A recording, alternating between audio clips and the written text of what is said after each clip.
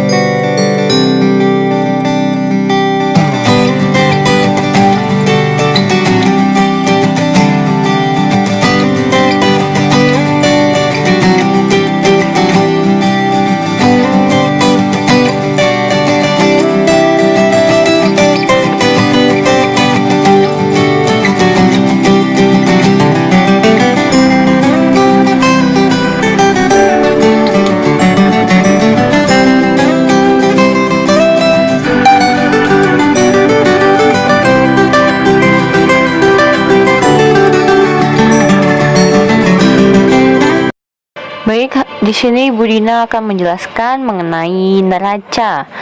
Nah, neraca itu dibagi dua, yaitu ada aktiva dan juga ada yang namanya pasiva. Nah, aktiva itu artinya harta perusahaan, atau lebih tepatnya suatu hal yang memiliki wujud maupun yang semu yang dimiliki oleh perusahaan untuk menjalankan usahanya sendiri. Nah, aktiva ini biasanya disebut dengan debit. Mohon maaf, maksudnya debit.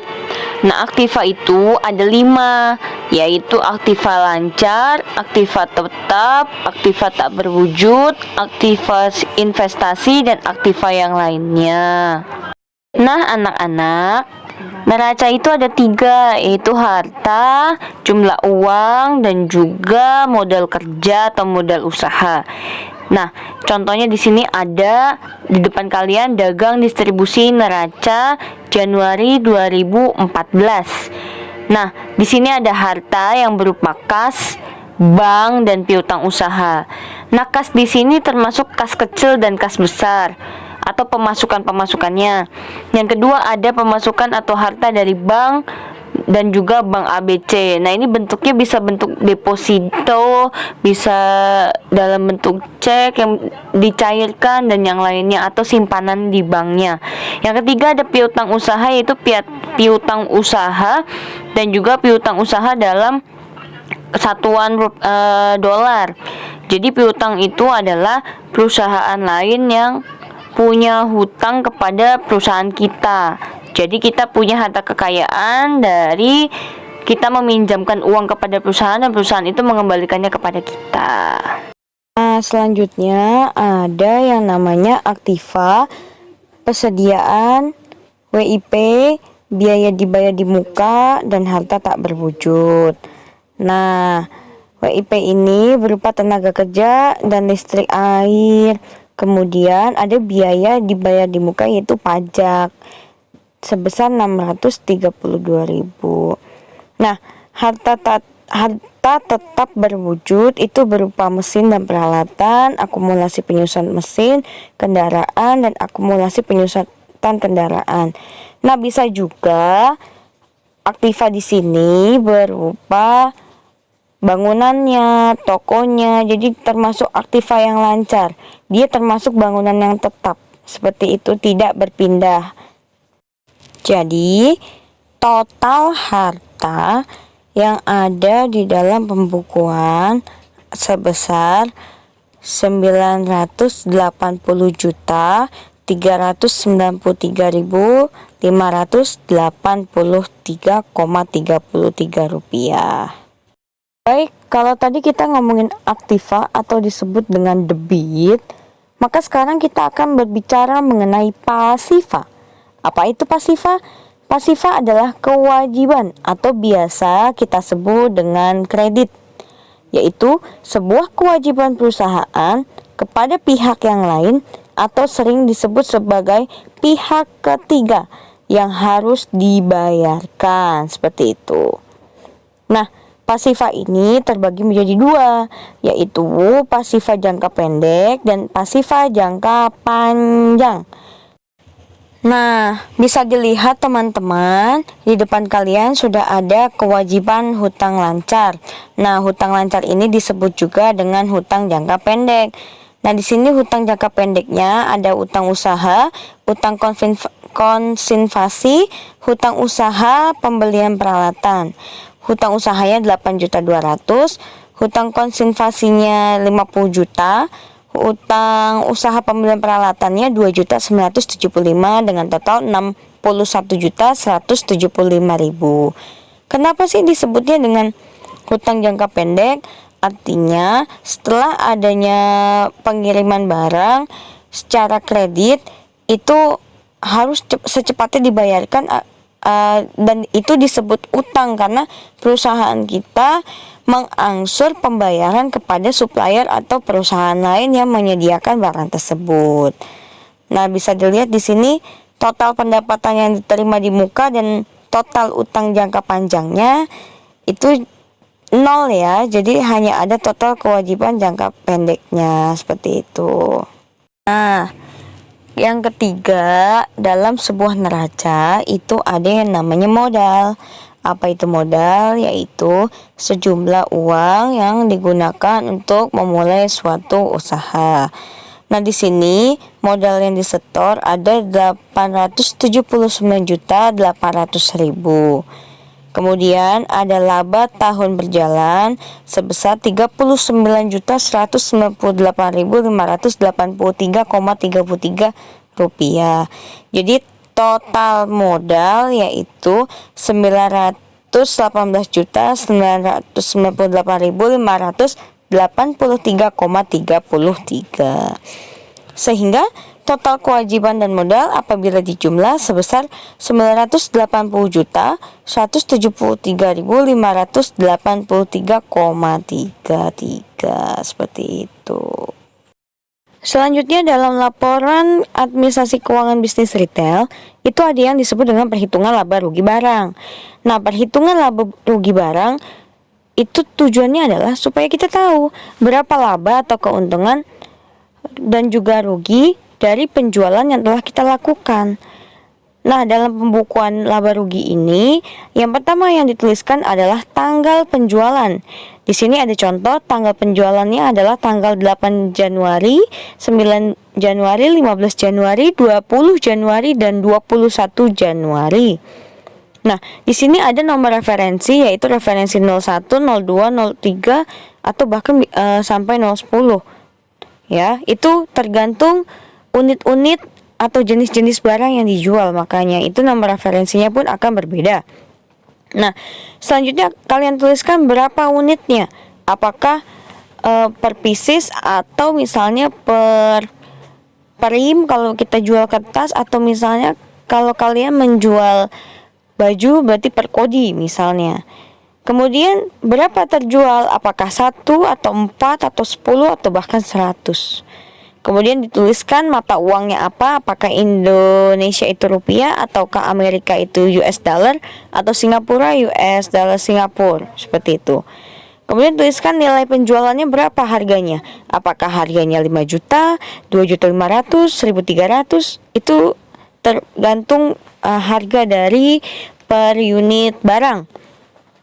Kemudian tuliskan harga pokoknya berapa. Harga pokok adalah harga awal kita beli. Oke, kemudian nanti dituliskan berapa labanya atau ruginya, kemudian berapa persen dalam selisih laba atau rugi dengan harga pokoknya. Seperti itu. Atau nilai penjualan dengan harga pokok kita dapatkan laba rugi. Jadi, sesuai dengan rumusnya, mencari rumus laba atau rugi adalah nilai penjualan dikurangi dengan harga pokok. Oke, berarti kita coba hitung di bagian tanggal 20 Januari ya. Berarti nomor referensinya 000007. Unitnya per pieces, terjualnya 1 dan mata uangnya Indonesia rupiah. Nilai jualnya itu adalah 5 juta rupiah. Tapi harga pokok pembeliannya adalah 3.380.000. Sehingga dia selisihnya lebih atau bahkan kurang. Nah, ternyata lebih. Berarti lebihnya itu disebut dengan laba atau keuntungan. Sehingga didapatkan selisih persennya adalah 32,40%. Dan kita lihat juga itu yang di tanggal 15 Januari. Nomor referensi 000004. Unitnya per pieces. Ternyata dia terjual sebanyak 4 pieces. Dalam mata uang Indonesia rupiah, nilai penjualannya adalah 20 juta rupiah. Nah, harga pokok atau harga belinya itu adalah 13.520.000. Nah, kalau kita kurangkan nilai penjualan dengan nilai harga pokok, yaitu 20 juta dikurangi 13.520.000, akan didapatkan selisih yaitu 6.480.000.